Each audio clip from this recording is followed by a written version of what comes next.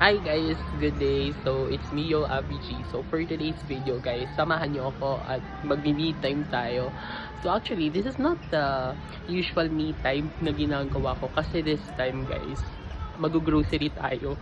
So samahan niyo ako mag-grocery and then little kain na rin kasi I receive a gift check from Walter Mart na galing sa company namin. So yun, thank you so much sa company namin for this. Actually 1,000 pesos lang naman tong gift check na to. So gastusin na natin siya kasi wala rin naman tayong paggagamitan nito kundi yung mga necessities ng sa bahay. So let's check kung ano yung magagastos natin sa 1,000 pesos. Hi guys, so kararating ko lang ngayon dito sa Walter Mart dito sa Makati sa may Magallanes, Manila. So ayun, ginugutom na kasi ako, wala pa akong lunch. So mag-withdraw lang ako sa ATM and then I'll take my lunch. Ayan, mag-withdraw muna ako. Bye!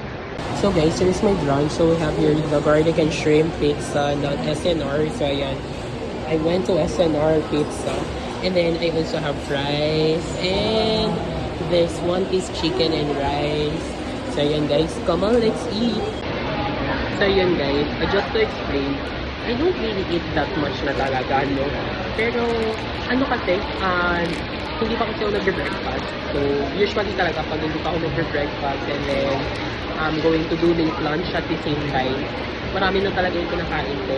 Pero for sure nito, pag dinner, hindi na rin ako kakain. Kasi nga, magiging bloated ako nito for sure. So, ayun, for sure talaga, hindi na ako makakain ng dinner. So, tara, kain tayo guys.